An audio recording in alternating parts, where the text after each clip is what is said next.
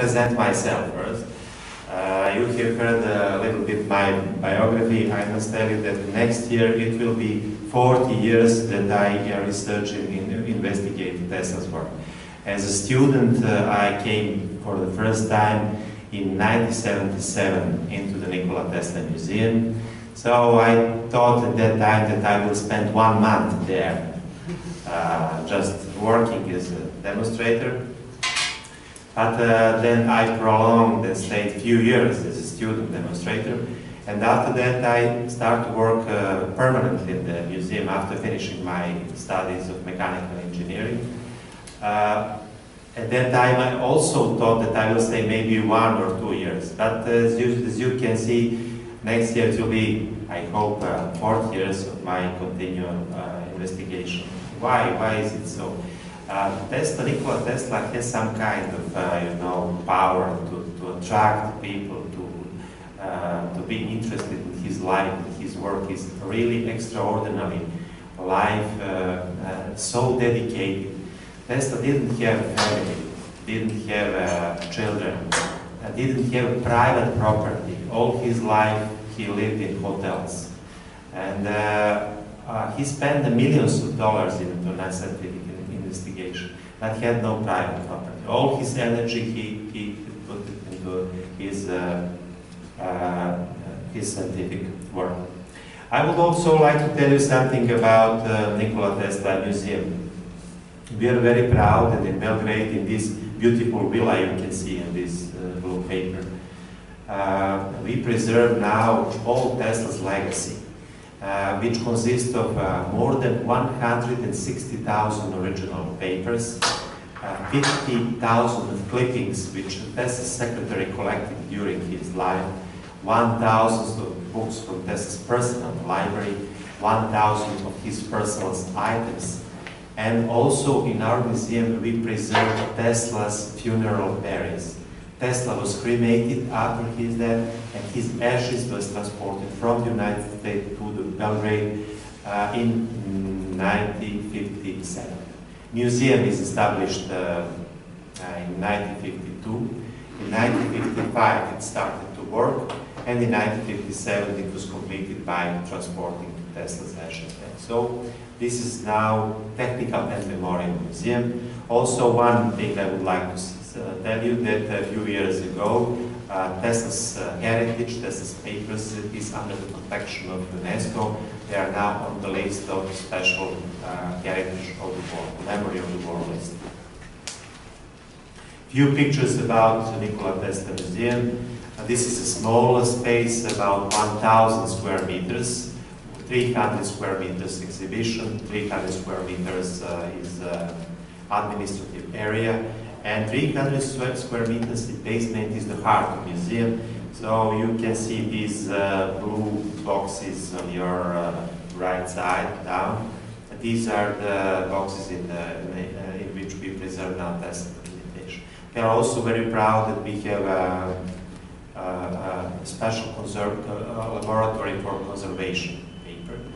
Last year I visited the Albert Einstein Archive in Jerusalem, and I was very proud when I saw that their conservatory laboratory is not better than ours. So it's very important for us. The title of my presentation is the problem of increasing human energy. Tesla is so big genius, there are so many aspects of his work. One man can spend his life researching special aspects. For example, I know colleagues who spend their scientific career researching Tesla's coil, Tesla's violent transmission of energy. Some other colleagues spend career researching Tesla's platelet counts. And during my career, I asked myself what can be of most interest for the next generation if I try to study and understand Tesla. So first I made my PhD, as you have heard, about the methodology of Tesla's work in mechanical engineering, because I'm a mechanical engineer. But I was wondering how Tesla worked, what was his methodology. Maybe this methodology can be also part of methodology of next generation.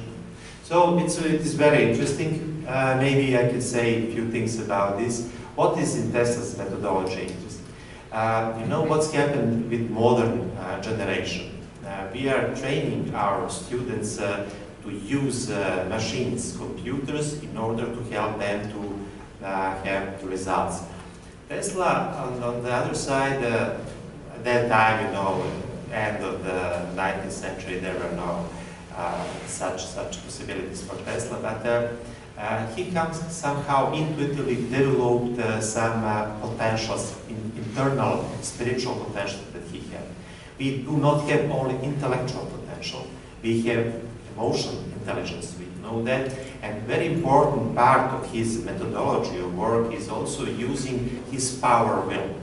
Why power will? Because, you know, if you want to go deep in some scientific problem, that you must be ready to sacrifice a lot of things. Sometimes, in the case of Tesla and great genius, they were ready to sacrifice their life. Believe me or not, when Tesla claimed in his autobiography that he was upon some very important idea, he was ready to die. He was so concentrated on this idea that he believed that some special blood pressure can be, you know, something will happen in his head and he can die. You know. So this was one thing I studied a lot, but later on I somehow turned my attention to what I call Tesla doctrine, and I will tell you more about Tesla doctrine later. Now I would like just to put some light on some important aspects of Tesla's life and career and work. We frequently forget that Tesla was highly distinguished, decorated during his life. He was the life member of IEEE. He was the he got the PhD degree for many important American universities like Yale and Columbia, from European universities in Paris, in Strasbourg, in many other European countries. Also, he was the member of the Royal Institution. It's a very rare decoration. He received it in 1892 when he had a lecture in the Royal Institution. And a lot of medals he received during his life. So his scientific community during his life appreciated his work, at least the first part of his life. I will explain you later.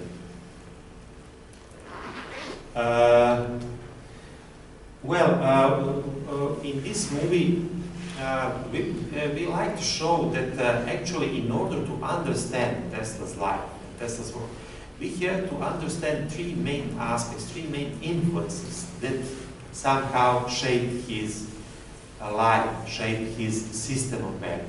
This is the culture and system of value he received in his family. His father was Orthodox priest, and his uncle was officer, and the two main occupations in his family was either the priests or officers. This is because Tesla was born in Smiljan. Village Smiljan is now in Croatia. During the existence of old Yugoslavia, it was the part of old Yugoslavia, but when Tesla was born, Smiljan was part of the Lika, border country between Austria Empire and Turkish Empire.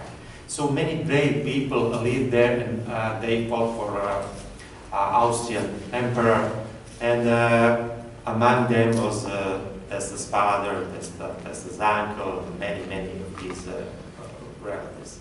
A second aspect, very important of his life, second influence, is European education. Tesla studied in Graz, in Prague, now in Austria and Czechia, Polytechnic and philosophy. At that time, it was 1973 till 80, 81. At that time, the difference between the disciplines, natural and social, was not so sharp. So they were engineers and philosophers at the same time. So, and the third very important aspect was that Tesla had a big influence in America from from a pragmatical American businessman, and he spent most of his life in America because he realized that there he had the opportunity to research, to invest the money into new ideas, to try to develop it. We know that today we discovered so far 309 Tesla patents. 112 patents are from the United States, and the rest of the patents are the so-called analogs. Analogs means that they are repeated patents in the different countries all over the world. Among all those patents, there are several groups of patents very important. I would like to tell you a few words about this.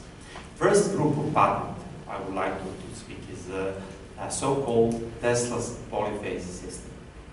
Tesla invented the polyphase system and made the patents, 36 patents of the polyphase system of alternating, using production, using transmission, using alternating currents. At that time, it was 80, 87, 80, 88. This problem of electrification was new and very important all over the world. And many scientists, groups, companies tried to find a solution. Tesla, with his brilliant patents, actually joined to Westinghouse Group. George Westinghouse was American businessman and entrepreneur. So he invested money into the Tesla's patents and started to produce these machines. You can see on your left side is the main Tesla's patents of polyphase system. On your right side are the machines, motors, generators that were produced in Westinghouse factory according to Tesla's patents and principles Tesla gave. You see the picture of Niagara Falls, which Tesla Westinghouse system actually won the contract, you know. And this was the system which shows how modern electroenergetic system works. How we today produced energy in hydroelectric plant or in thermal plant or in nuclear plant, it doesn't matter. Now, then we rise the voltage of the current we produce, then we transmit on long distances alternating currents, and then at the end we put this voltage low when we want to use it into our homes, into our towns. Now it is so simple that we are talking about this, but at that time it was really something tremendous. On your right side upstairs, you can see just a picture of a plate. We are very proud of the plate. We preserve original copy of that plate in our museum. And here is written actually that Niagara Falls company, together with Westinghouse company, built actually this plant according to 9 of Tesla's patents, 2 of Schmidt patent, 1 patent of Kennedy, and 1 patent of Stanley. That means that Nikola Tesla didn't give all the solutions, but he gave some 70 to 80% of solutions. So he was the main contributor of it. Why I'm telling about this? Because these Tesla's patents changed the picture of the world at the end of the 19th century and the beginning of the 20th century. This is so-called electrification of the world. Very important. Tesla claimed that after, you know, in America, when you make a patent, 18 years is validation of this patent. After 18 years, it is not valid anymore. And Tesla claimed that in 1906, after expiring the rights of his patents, $8 billion was invested into industry based on his patents. At that time, if you want to know what is the money of today, you can multiply by 30 or 40. So some 250 to 300 billion dollars was invested in Tesla's patents. You can imagine how his patents was important in that field. Another group of patents which have global potential to change the picture of the world is patents related to wireless transmission of signals. At the end of 19th century, wireless transmission of signals was unknown solution. Nobody knows how to wirelessly to transmit signals. Tesla very early, based on invention of his coil, which you can see in Telefonica exhibition. But also, I'm very glad to say that we saw one coil in Museum of Science and Technology at University, Technical University, yesterday, produced by domestic professors and doctors. This device was very important to Tesla because he experimenting with high frequency and high voltage current in a very broad range. What was Tesla's methodology? When he started to investigate something, then he create some kind of machine for helping him to experiment. Okay? Then he tried to find out what he can do with these machines in very broad range. That means he produced very low frequency and very low voltage, and very high frequency and very high voltage. And experimenting with this, he's not only realized that it is possible to wirelessly transmit signals by this system. You see on your left side patent, on your right side patent, on your left side you see the picture of diagram of how he developed this system. This is so-called 4-tune circuit system. Every mobile phone has now 4-tune circuit system. But it is of course not in a shape of Tesla device, it's now in the shape of a chip. But actually antenna, grounding, and resonance tuning between emitting system and receiving system is post-Tesla invention in late 19th century. He patented it in 1897. At that time, there were no scientists in the world who had similar solution. So Tesla was somehow a gambler, you know. He said, I have very valuable patent now, I can commercialize, I can earn the millions, but I will wait. I would like to solve another bigger problem, and this is the transmission of wireless energy, not only the signals. So he was interested not only to connect all the people on the earth with communication, but also to enable every person in the world some kind of free energy. It's not so, but I don't want to go deep into this problem. So, in Colorado Springs in 1899, he developed this big Tesla coil of 12 million volts. I must tell you that I'm very proud as the director of the Nikola Tesla Museum that we this year repeat this experiment. We have now in the museum 12 million volt coil, which we showed for the first time to Serbian public in Belgrade on 10 July. It was the Tesla birthday. It is a modern version of Tesla coil, not built with technology of the 19th century. But I must tell you that it is extremely hard to repeat these experiments. Can you imagine 1899? Our planet was in dark. There were no radio stations. The first automobile carriages appeared on the streets in New York. The first alternating currents passed from Niagara Falls to New York. First airplane of Brother Rice didn't fly yet. You know, our planet was entirely in dark, looking from the space. And Tesla performed some unbelievable experiments, and he claimed something really sensational, that he found in one experiment on 4th July 1899 that the planet Earth responds to some electrical impulses as a light. That means if you impress certain electrical impulse into the planet Earth under the special condition, then you can get some special phenomena inside of the Earth which are of dynamic state and which can help you to wirelessly transmit energy. I won't bother you with technical details, just to tell you that Tesla received financial support from JP Morgan, John Pierpont Morgan, yes, the famous banker and the founder of JP Morgan Bank, which is today so important, you know this. And Morgan gave him initial money to build his system of wireless transmission signals and energy. But also Morgan invested the money into his competitors. One of them was his Marconi, the Italian physicist Marconi. So somehow Marconi, with more simple technology, transmit signals from shores of Europe to shores of America. And before Tesla demonstrated the possibility of wireless transmitting signals. And Tesla at that time stopped in the middle of his project. He needed more money to finish it, but Morgan was not interested anymore. And Tesla didn't finish this project. Later on, later in some curved processes, Tesla.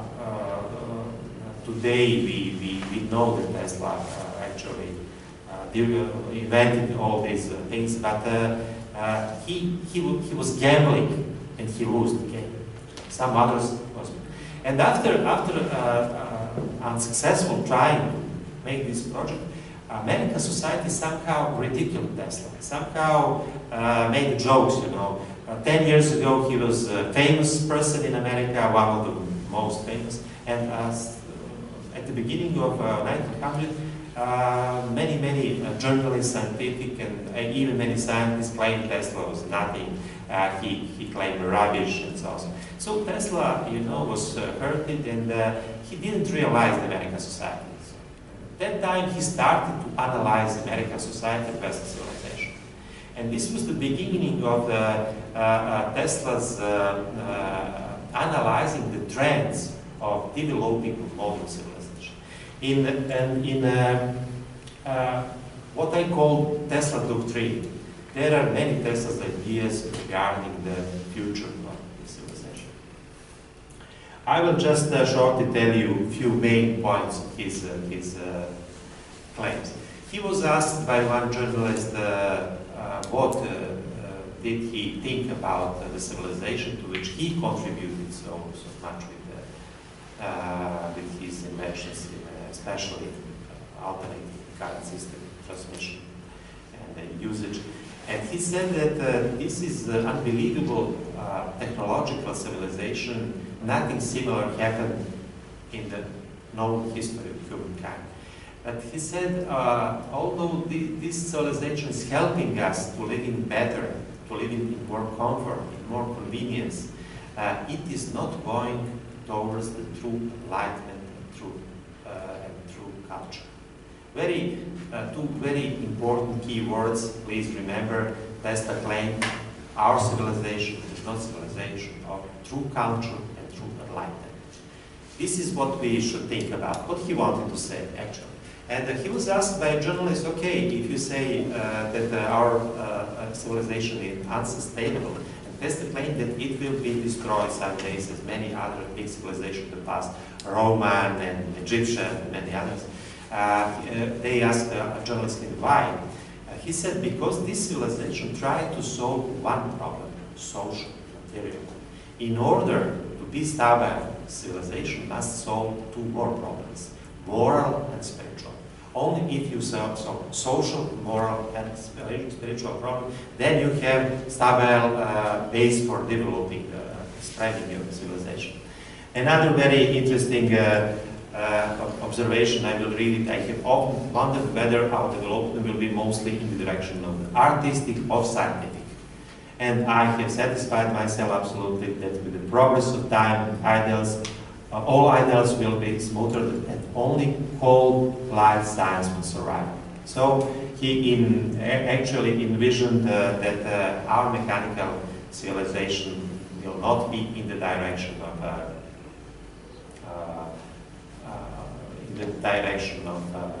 art, culture, but in the direction of cold science.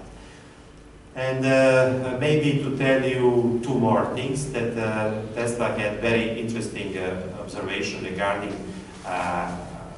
what is the process of thinking in his time. He said all scientists like Franklin and Morse were clear thinkers. Modern scientists are deep thinkers. There are big difference between clear and deep thinking. I will try to explain later. And finally, remark very interesting also, he was also asked, okay, if you think that we should be stable as a civilization, what we should do, where should we invest our energy and our money? And he said, he said a richer part of the world, it was about 1940 before he died, richer part of the world has enough high level of comfort of existing. So we don't need anymore to invest the money into rising the comfort we need to invest our energy and money into changing of the habits of all people on the planet, so all of us can equally enjoy the fruits of our civilization.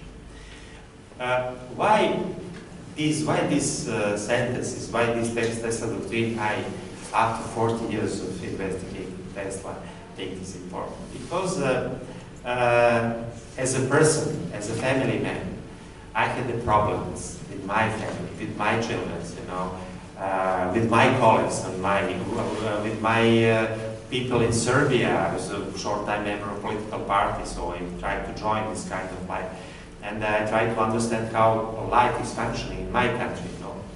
And thinking about what Tesla said, actually, I absolutely agree that some kind of balance men need to adopt in order to be successful, not only personally successful in the sense that I make my career, but also family successful, also socially successful.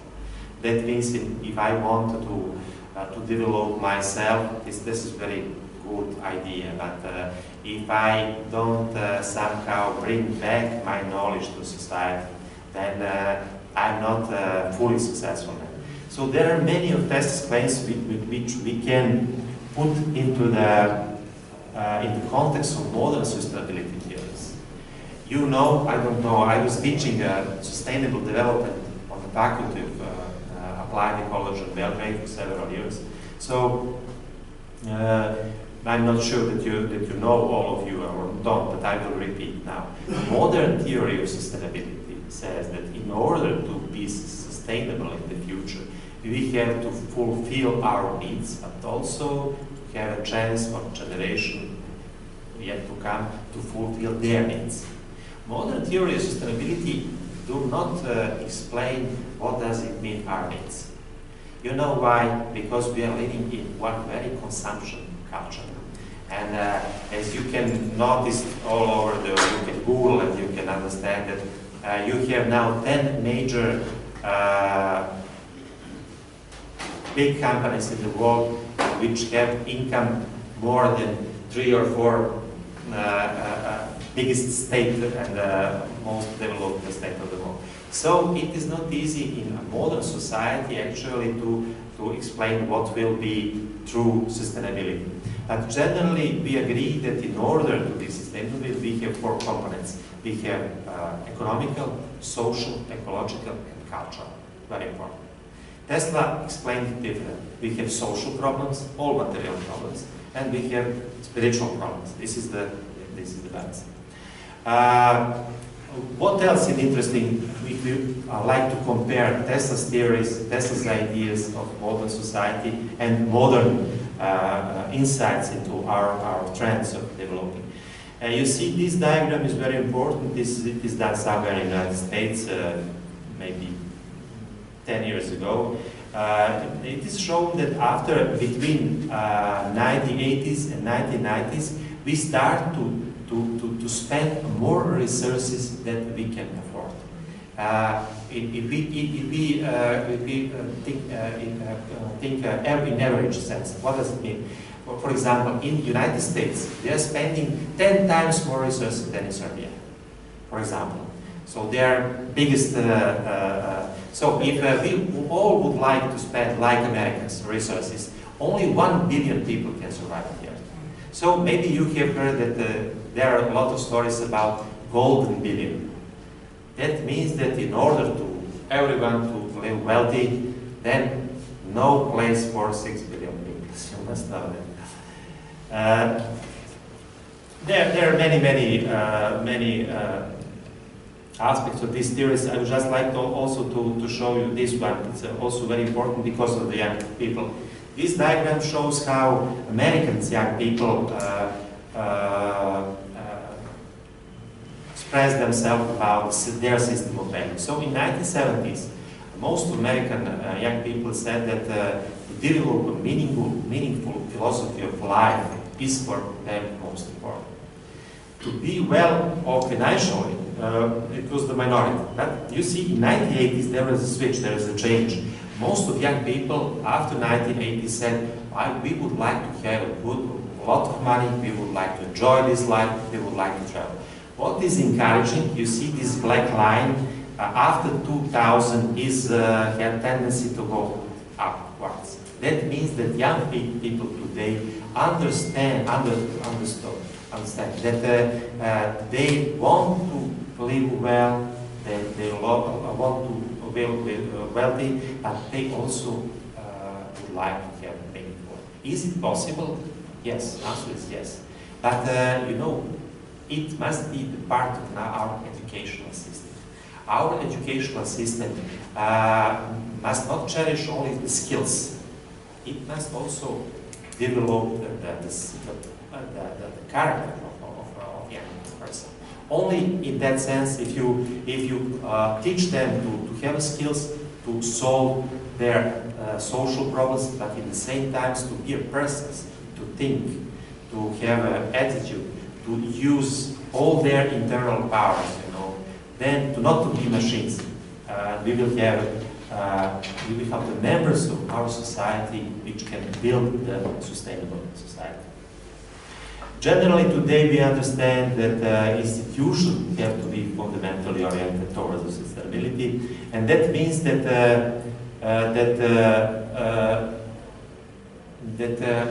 we have to develop and to try to understand that today we need more social innovation than technological innovation. Our modern world is full of technological innovation, but our institutions are not ready to accept very fast changes what happens. Late President of Israel, Shimon Peres, died a few days ago. He said, every morning we wake up, we are waking up in a new world. So the person must be prepared, and when he decides something, maybe day after today, tomorrow, it will be not anymore applicable. My point of this lecture is actually that tradition and the knowledge of great people of our past. In case of Nikola Tesla, we are proud that he was Serbian, but also he was American, and also he was a member of the world community. And we are very glad to see that the Spanish audience and the audience in South America, they received Tesla as they're from their surrounding. Well, I wanted to say that we have to find somehow a way to integrate in our modern life values of all those important genius people. But it must be oriented towards some practical actions, not in a sense to have some kind only of theory and to be satisfied just to from time to time say that they were great people. Thank you very much for your patience and